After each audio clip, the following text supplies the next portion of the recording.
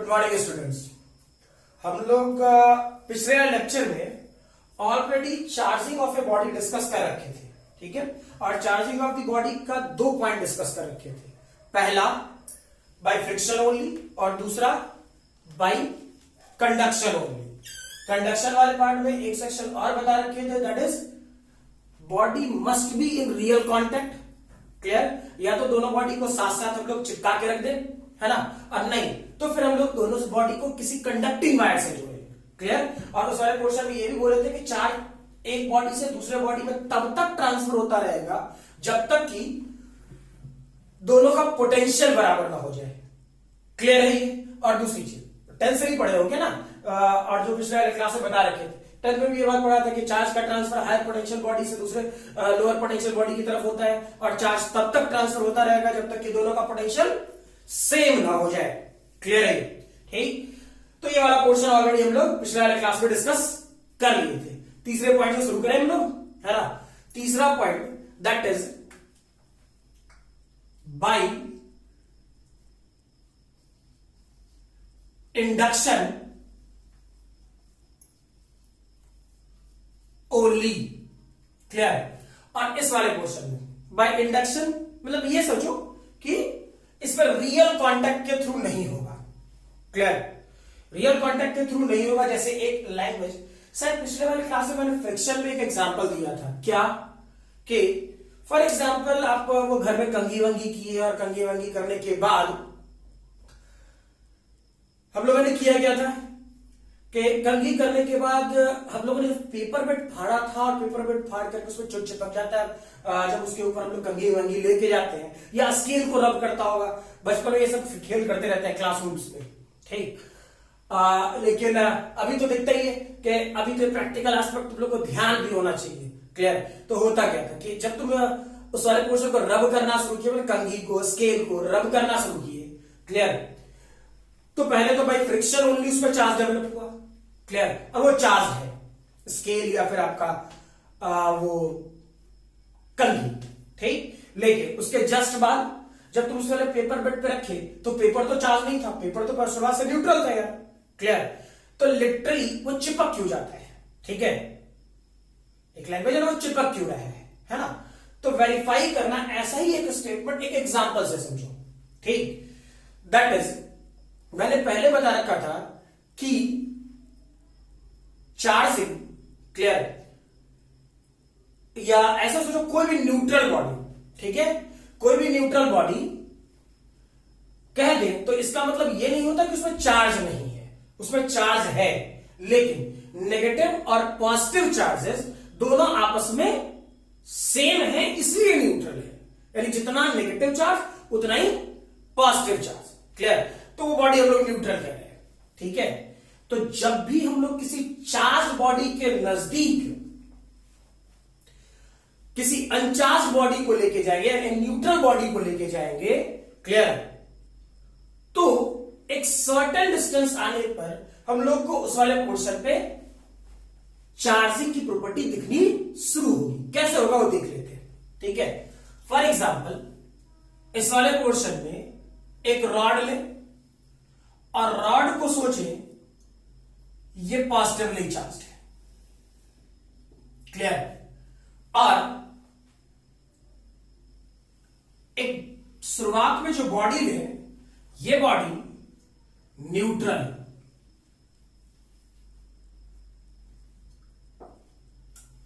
Clear, और इस rod को धीरे धीरे इसके नजदीक ले जाए, ठीक है। तो जैसे ही नजदीक लेके जाओगे तो एट ए सर्टेन डिस्टेंस होगा क्या, वेरीफाई करना, इस वाले पार्ट पर ये पॉजिटिव चार्ज है, ये न्यूट्रल है। तो जिस तरफ पॉजिटिव चार्ज नजदीक होगा यहां पे क्या डेवलप हो जाएगा, इस वाले प्लेट पर नेगेटिव चार्ज। क्लियर? और इसके ठीक अपोजिट पॉजिटिव चार्ज। क्लियर है? लेकिन ये नेगेटिव और ये पॉजिटिव, यानी ये पर्टिकुलर लॉ भी नेगेटिव चार्ज की और ये पर्टिकुलर लॉ भी पॉजिटिव चार्ज की, दोनों अभी भी बराबर होगा। क्लियर? यानी ये बॉडी अभी भी न्यूट्रल ही है। तो भाई हम लोग तो चार्जिंग पढ़ रहे हैं, बॉडी पे हर हाल में चार्ज डेवलप होना चाहिए और ये बॉडी अभी भी न्यूट्रल ही है। क्लियर? तो इसे चार्ज करने का कुछ ना कुछ तरीका होना चाहिए।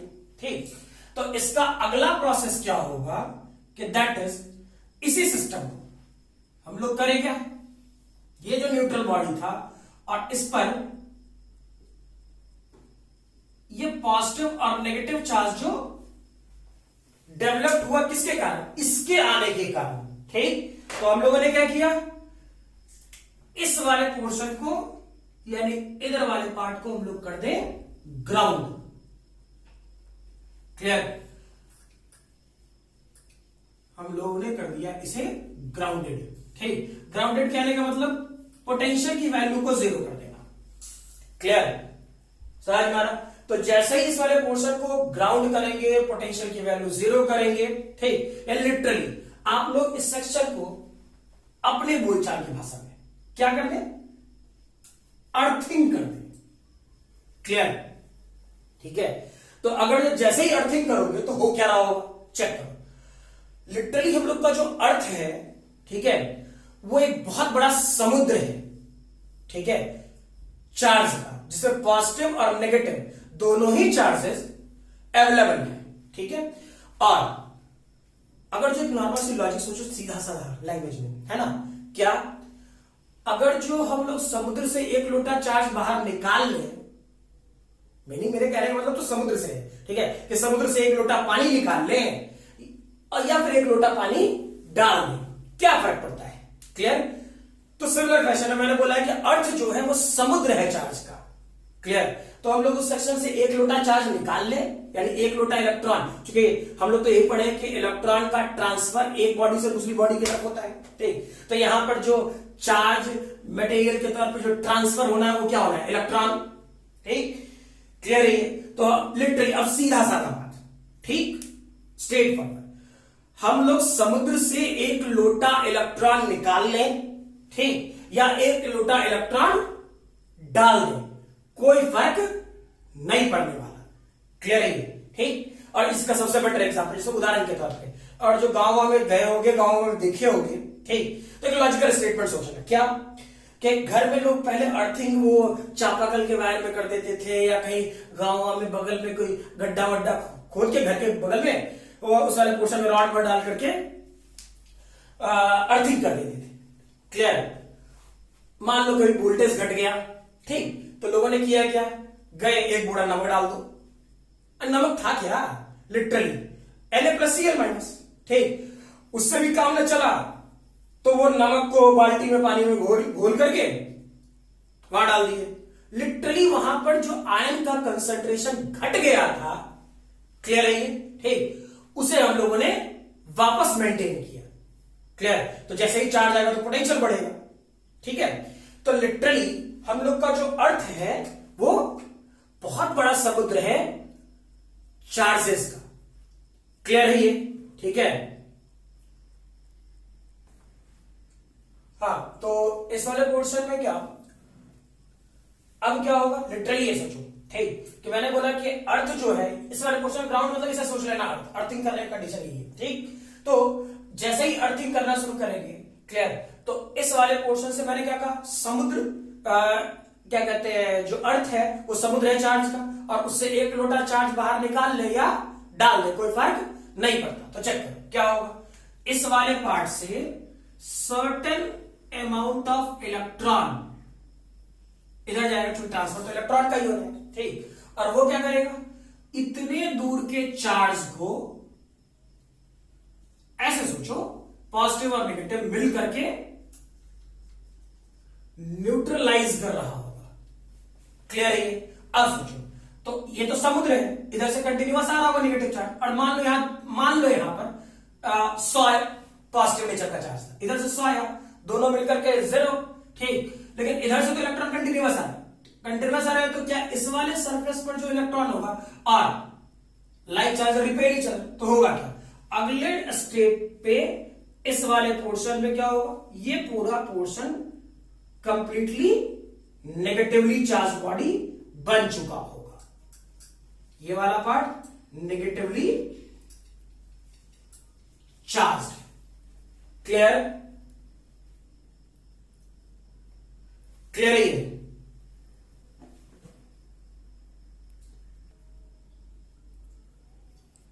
सिमिलरली ठीक, जैसे ये वाला पोर्शन ग्राउंड किए, ग्राउंड करने के बाद इलेक्ट्रॉन इस वाले पोर्शन से इधर गया, ठीक, तो ये वाला पोर्शन इलेक्ट्रॉन इस वाले पोर्शन को न्यूट्रलाइज किया, ये नेगेटिव चार्ज नेगेटिव चार्ज एक दूसरे को रिपेल किया, रिपेल करने के बाद कंप्लीटली सरफेस पर। तो ये पूरी बॉडी जो पहले यहां से न्यूट्रल था वो क्या बन गया? Completely negatively charge. ठीक है, अब ये जो नेगेटिवली चार्ज बना, तो ये जो प्रोसेस है, ठीक है, इस प्रोसेस को कभी कभी बोर्ड के एग्जाम में पूछा भी है, ठीक, इसे मैं यहां लिख दे रहा हूं।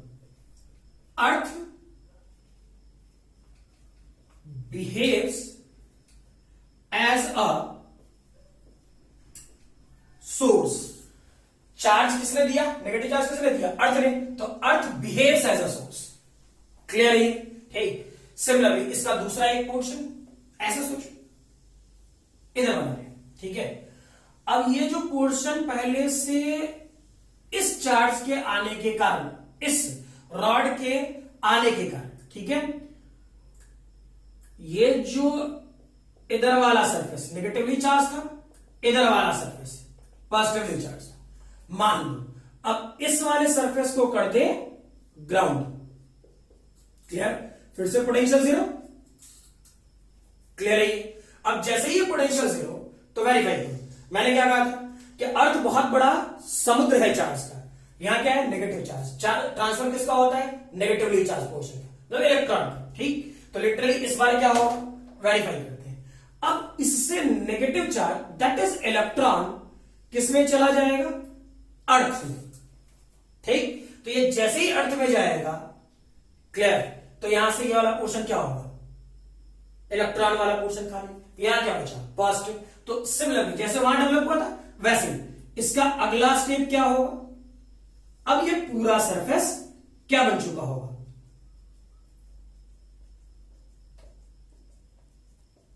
Positively charge.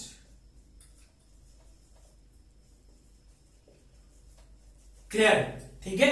अब सोचो, क्या इस वाले पोर्शन से चार्ज निकल के किसमें गया? अर्थ में। ठीक, यानी चार्ज इससे निकला और मतलब एक लोटा चार्ज इससे निकाले और डाल दिया किसमें? समुद्र में। ठीक, तो मीनिंग क्या? इस वाले पोर्शन में क्या स्टेटमेंट बन सकता है? इस सेक्शन में earth behaves as a sink. Clearly इधर वाला process earth behaves as a sink, इधर वाला process earth behaves as a source. Charge earth से बाहर की तरफ निकला, earth behaves as a source. Charge earth में गया, यानी नेगेटिव चार्ज अर्थ में गया, earth behaves as a sink. Board का एक इंपॉर्टेंट क्वेश्चन है 12th वाले पोर्शन में, पूछा भी गया 2-3 बार कि earth behaves as a source and a sink. Clear? यही इसका पूरा का पूरा प्रोसेस है। क्लियर है ये बात? ठीक है, वीडियो पॉज कर लो। पॉज करने के जस्ट बाद पूरे को आराम से इत्मीनान से नोट कर लो। ठीक है, लिखो।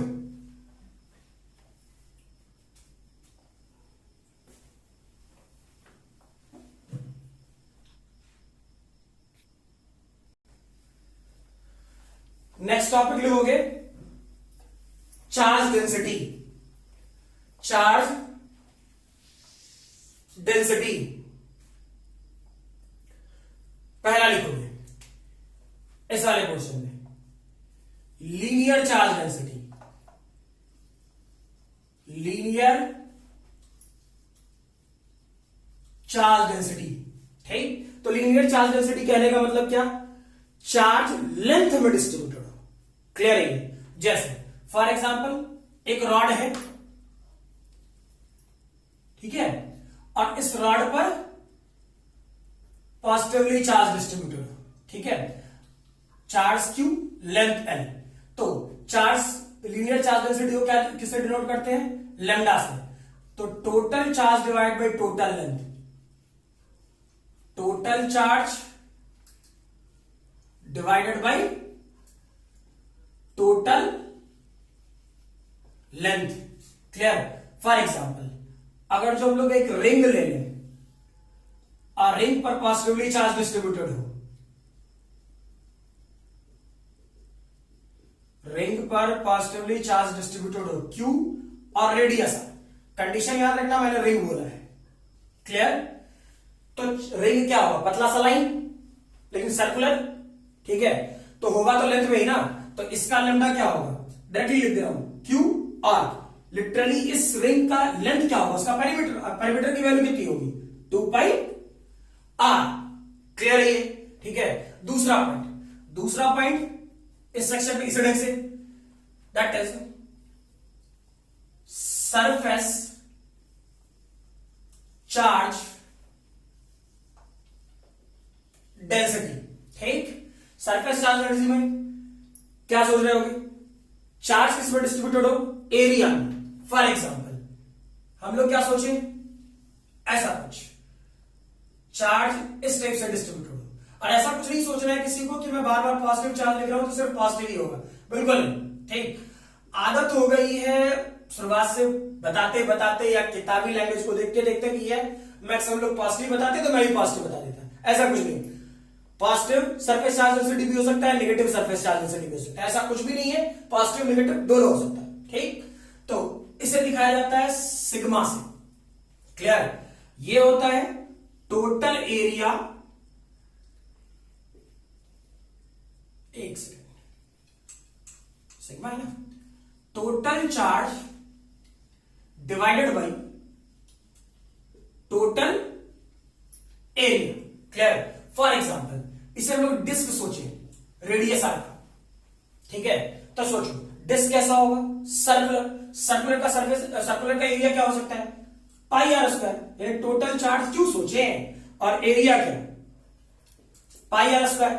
सिमिलरली पॉज करके पहले लिख लो आराम से, उसके बाद पॉज करके लिख लो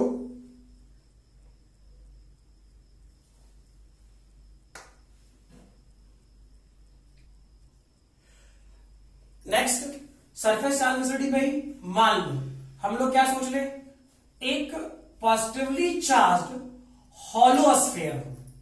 क्लियर? हॉलो स्फीयर कहने का मतलब क्या? उसके अंदर कोई मटेरियल ना हो, खोखला हो, वो कॉस्को बॉल वाला एग्जांपल। क्लियर? ये कंडीशन क्या सोचे हम लोग? Hollow sphere. क्लियर? तो हॉलो स्फीयर चेक करो, इसके लिए सिग्मा क्या सोच सकता है? टोटल चार्ज क्यू आर, इसका सरफेस एरिया ना, तो हॉलो स्फीयर का सरफेस एरिया कितना? 4 पाई आर स्क्वायर। सिमिलरली सोच लो, मान लो एक हॉलो सिलेंडर ले लें। क्लियर? मैं फिर कह रहा हूं हॉलो सिलेंडर ले लें, तो हॉलो सिलेंडर पे चार्ज कहां होगा? उसके सरफेस पर, ऐसा कुछ। क्लियर? अब इस वाले पोर्शन का रेडियस आर सोच लें। मान लो इसका ये कर्व्ड सरफेस वाले पोर्शन का हाइट एल सोच लें, तो मीनिंग इसके लिए सिग्मा क्या हो जाता? Total charge Q divide by curved surface area. Charge तो इसके सरफेस पर है चारों ओर, जैसे मान लो ये वाला पेन है, तो पेन का सरफेस कौन सा होगा? अंदर वाला पार्ट, सॉरी ये ऊपर वाला सरफेस जिस पे हाथ घुमा रहा हूं। क्लियर? तो यही पूरा सरफेस ना। क्लियर? तो ये पूरा सरफेस जो ऊपर में है, क्लियर, यही हम लोग के काम का होगा। तो चेक करो, इस वाले पोर्शन में इसका कर्व सरफेस सिखाए थे वहां पर सेंटर ऑफ मास में कितना? क्या ये वाला पोर्शन 2 पाई आर एल? ठीक है, जनरली मैक्सिमम पार्ट आपको इतने ही मिलेंगे। ठीक है, फिर इसका तीसरा पार्ट लिखे, तीसरा part that is volume charge density. ठीक, इसे डिफाइन करोगे रो से, ये क्या हो जाएगा? Total charge divided by total volume. Clear? यानी वेरीफाई करो, इस वाले पोर्शन में क्या करें? पहला सेक्शन फॉर एग्जांपल ऐसा कुछ रखें, और इस बार हॉलो स्फीयर सोचने के बजाय क्या सोच सकते हैं हम लोग? Solid sphere. क्लियर?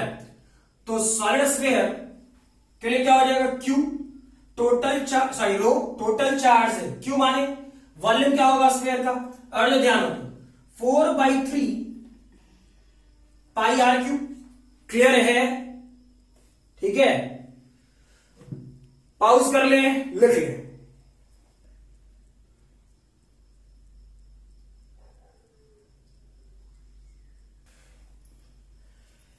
नेक्स्ट इसमें एक पॉइंट और कर लो, वॉल्यूम चार्ज डेंसिटी में। वॉल्यूम चार्ज डेंसिटी मान लो इस बार हम लोग क्या ले लें, सॉलिड सिलेंडर। ठीक है, जनरली आपसे जितना इलेक्ट्रोस्टैट या आगे आने वाले टॉपिक्स में जितने सारे क्वेश्चंस आपको मिलेंगे ना, ठीक है, इनडायरेक्ट वे में मैंने सभी टाइप, मतलब हर टाइप का फिगर बना दिए हैं क्लियरली। तो इस वाले पोर्शन में चेक करो, चार्ज किसमें डिस्ट्रीब्यूटेड होगा, इसके वॉल्यूम में। ठीक, कुछ इस टाइप से।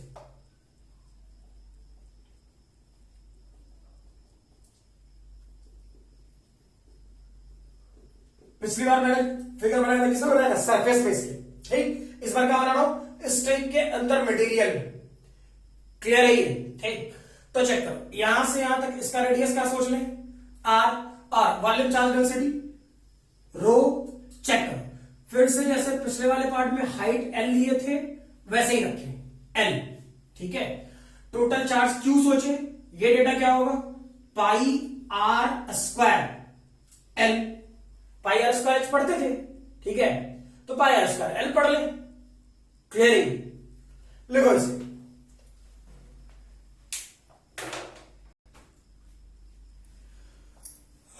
आज वाले क्लास तक यही रहने देते हैं। ठीक है, वॉल्यूम चार्ज डेंसिटी तक अगले क्लास से कूलम्स लॉ शुरू कर लें। ठीक है, वीडियो लंबा इसलिए नहीं बना रहा क्योंकि अपलोड करने में टाइम ज्यादा जा रहा है, ड्यू टू रीजन है खराब वेदर। ठीक है, वेदर गड़बड़ चल रही है और अपलोड करने में टाइम जा रहा है। ठीक है, तो एक्चुअली वीडियो बन चुका है पूरा लंबा, क्लियर, लेकिन वो मैं 20-20, 25-25 मिनट का काट दे रहा हूं। ठीक है, क्लियर? तो चलो अगले लेक्चर में मिलते हैं। ठीक है, ओके, बाय।